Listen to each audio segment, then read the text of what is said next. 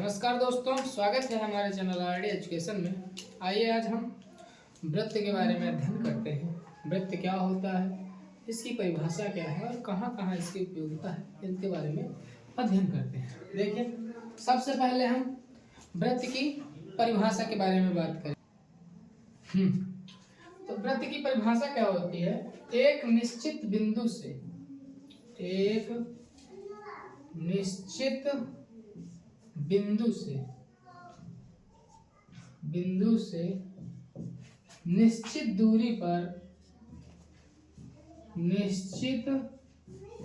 दूरी पर बने बिंदुपथ को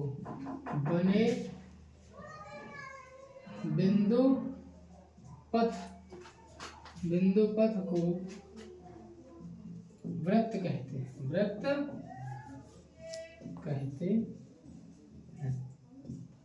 देखिए, परिभाषा के अनुसार क्या है?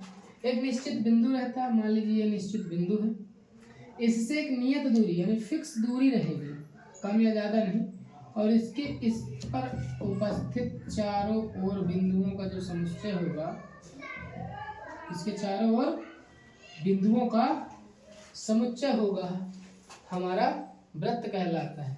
तो इस निश्चित बिंदु को हम केंद्र कहते हैं, ओ से दर्शाते हैं, केंद्र होता है हमारा।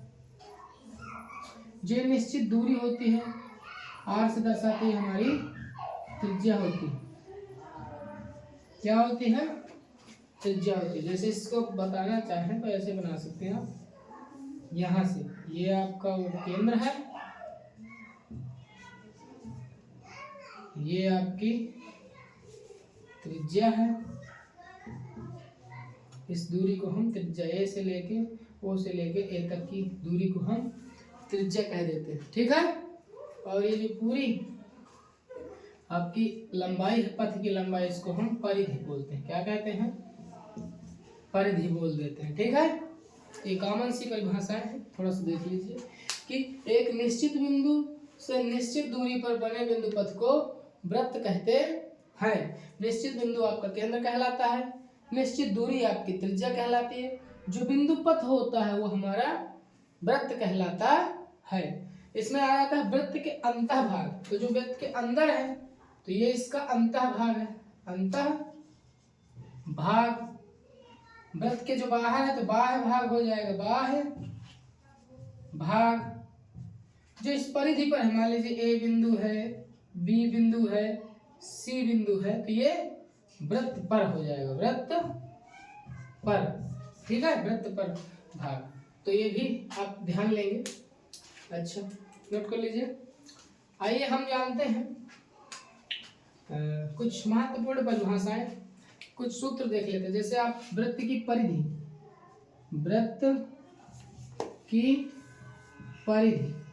तो वृत्त की परिधि का सूत्र होता है 2 पाई r। वृत्त का क्षेत्रफल, तो वृत्त का क्षेत्रफल भी होता है पाई r स्क्वायर, जहां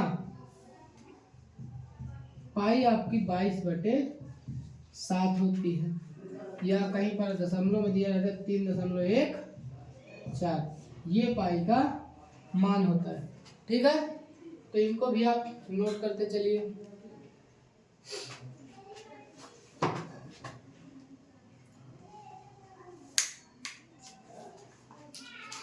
ठीक है, आगे चलते हैं।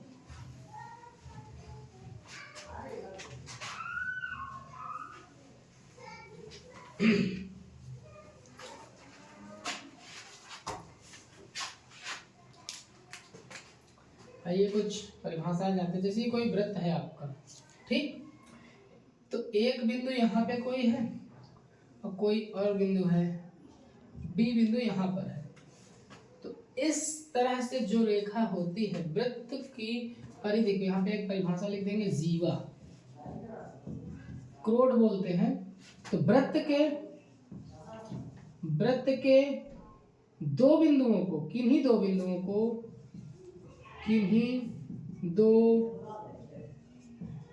बिंदुओं को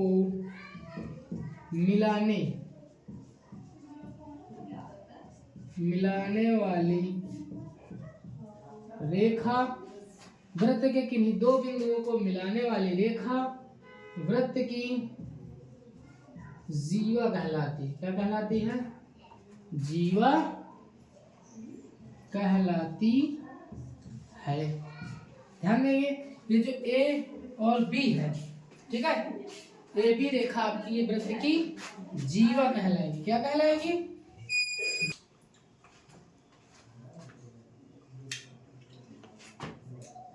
जीवा द्वारा एक आप देख रहे हैं ये हिस्सा बन रहा है, तो इसको हम लघु वृत्तखंड कहते हैं। लघु वृत्तखंड। एक आपका हिस्सा ये बन रहा है, ऊपर वाला ये बन रहा है, इसे हम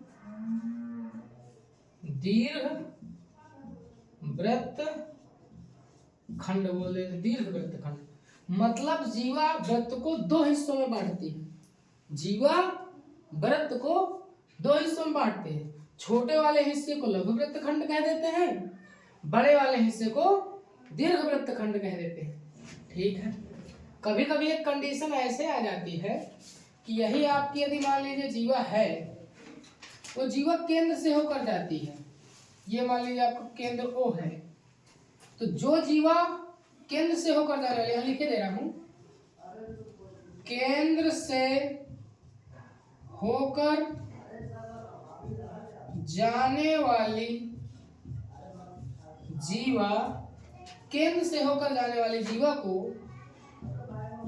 वृत्त का व्यास कहते हैं। वृत्त का व्यास कहते। जो केंद्र से होकर जीवा आपकी जा रही है ये भी, वो आपका वृत्त का व्यास कहलाएगी। और यह सबसे बड़ी जीवा होती है। क्या होती है? सबसे बड़ी जीवा होती है। ठीक है, सबसे बड़ी जीवा। और ये क्या होती है? व्यास जो होता है डायमीटर, इसे डी से लिखते हैं, व्यास को डी से लिखते हैं। और ये त्रिज्या की दोगुनी, देखिए आप यहाँ से त्रिज्या लेंगे तो एक त्रिज्या इधर हो जाएगी, एक त्रिज्या इधर भी आएगी, तो दो त्रिज्या के बराबर होते हैं। तो डी बराबर 2r लिख सकते हैं। ठीक है, तो आपके पास सूत्र भी है कि आपको व्यास दिया हो तो आधा करके त्रिज्या निकाल लीजिए, त्रिज्या दिया हो तो दोगुना करके व्यास निकाल सकते हैं। ठीक है, नोट कर लीजिए इसको भी। चलिए आइए देखते हैं थोड़ा आगे।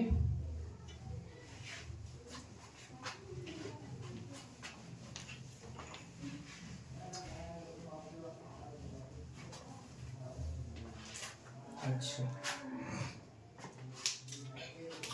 आपने वृत्तखंड देखा। अब मान लीजिए कोई चाप देख लीजिए, ये यहां से A और B इतना चाप है और ये ऊपर वाला चाप है।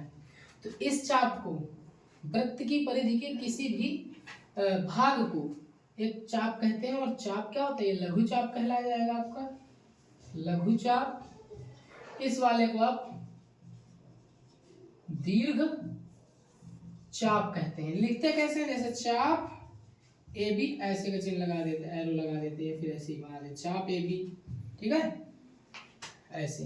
ठीक है, तो लघु ये दीर्घ बना देते हैं। चाप को लिखने के लिए इस तरह से यूज करते हैं। ठीक है, इसको भी देख लेंगे। अच्छा, आगे देखते हैं।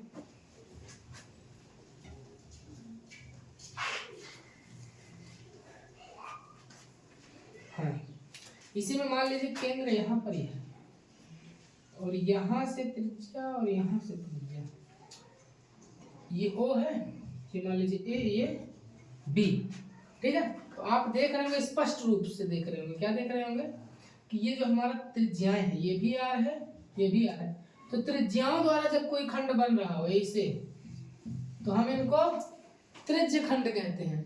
अब ये जो कि छोटा पार्ट है, तो इसे हम लघु त्रिज्य खंड कहेंगे। क्या कहेंगे? लघु त्रिज्य खंड बोलते हैं। और ऊपर वाले को, इस वाले हिस्से को, ये जो आपका बड़ा बड़ा छूट गया, ये हिस्सा आपका दीर्घ त्रिज्य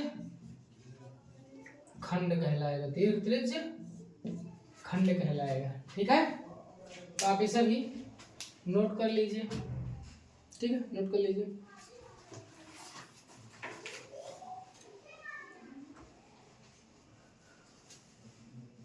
आगे बढ़ते हैं।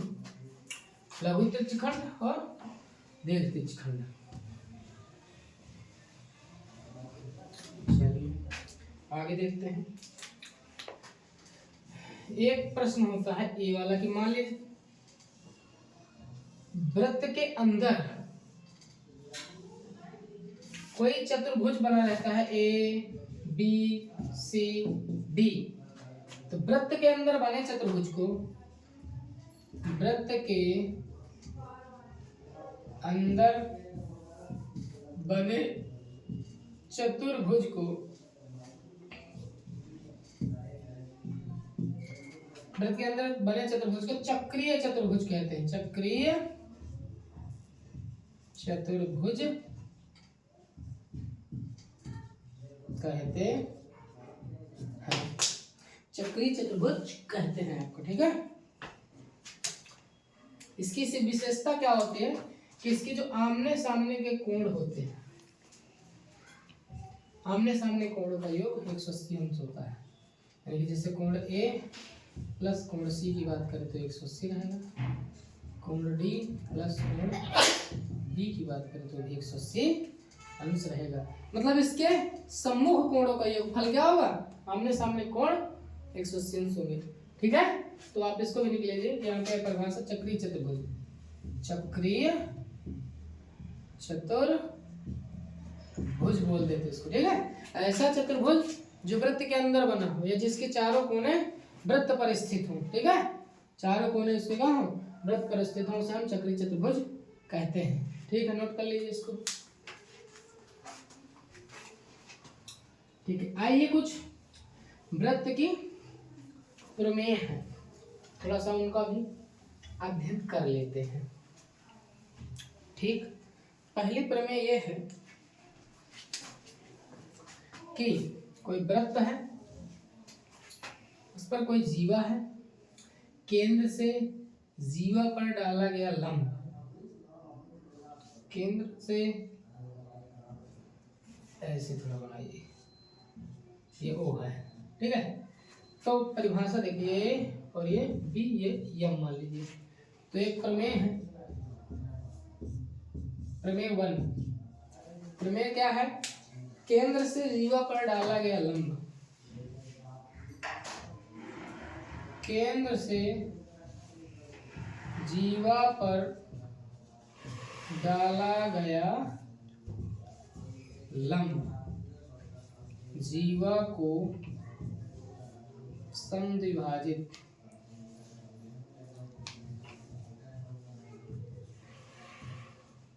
करता है।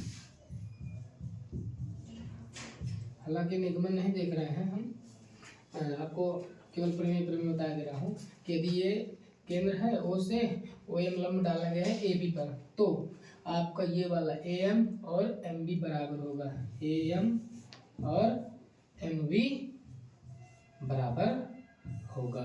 ठीक है, केंद्र से जीवा पर डाला गया लंब जीवा को समद्विभाजित करता है। एक प्रमेय और है, मान लीजिए यहीं पे कोई वृत्त है, केंद्र से कोई स्पर्श रेखा जा रही है और केंद्र से यदि हम उसको मिला रहे हैं, स्पर्श रेखा को केंद्र से मिला रहे हैं, तो केंद्र से जो रेखा मिला रहे हैं स्पर्श रेखा को, वो उस पर स्पर्श रेखा पर 90 अंश का कोण बनाएगी। मतलब प्रमेय 2 लिख लीजिएगा। प्रमेय 2, केंद्र से स्पर्श रेखा को मिलाने वाली रेखा स्पर्श रेखा पर लंब होती है। लिख लेंगे, केंद्र से स्पर्श रेखा को मिलाने वाली रेखा स्पर्श रेखा पर लंब होती है। मतलब यहाँ पे ये 90 अंश का कोण बनाएगी। ठीक है, यदि केंद्र से स्पर्श रेखा को मिलाएंगे तो वहाँ पे 90 अंश का कोण बनाएगी। ठीक है, इनको लिख लीजिए। और भी प्रमेय है।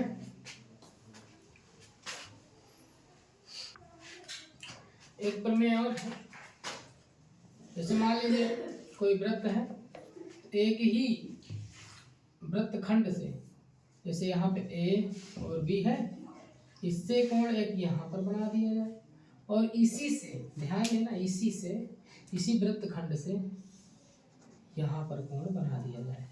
तो जो कोण ये मान लीजिए पी है, ये क्यू है, जो कोण पी बनेगा वो क्यू के बराबर होगा। इसके लिए प्रमेय लिखेंगे आप, प्रमेय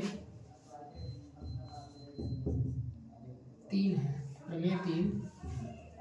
तो आप ये लिखेंगे कि एक ही वृत्तखंड द्वारा, एक ही वृत्तखंड द्वारा, एक ही वृत्तखंड द्वारा बनाए गए कोण,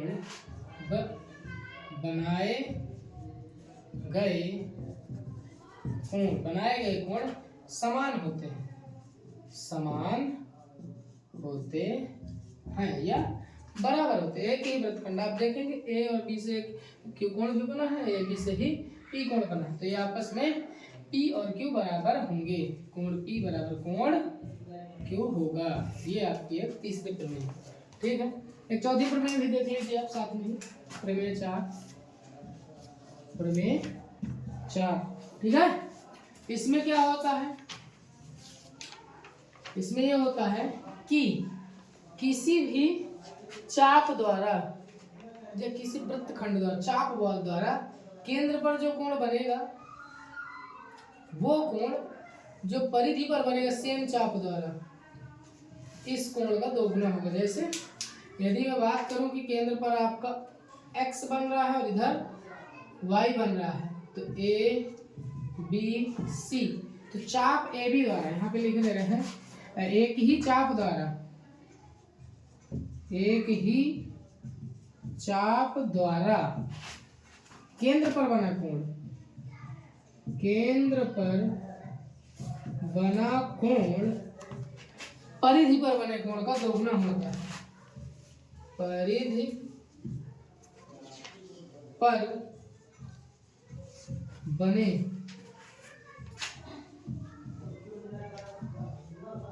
कोण का दोगुना होता है। जैसे अगर मैं x की बात करूं तो जो कोण x होगा 2y के बराबर होगा, 2 कोण y। कहने का मतलब यदि ये वाला 100 है, 100 डिग्री का, तो ये वाला 50 डिग्री ही होगा, कोण का दुगना होता है, ठीक है, ध्यान रखेंगे। एक और है, देख लीजिए जल्दी से। जैसे ये मान लीजिए अर्धवृत्त पर बना कोण है, ये मान लीजिए O है, ये A, ये B, तो ये कोण आपका 90 डिग्री होगा, ठीक है। तो आप इसे लिख लेंगे अर्धवृत्त पर बना कोण, अर्धवृत्त पर बना कोण समकोण होता है, समकोण होता है। नोट कर लीजिए इसे भी। धन्यवाद।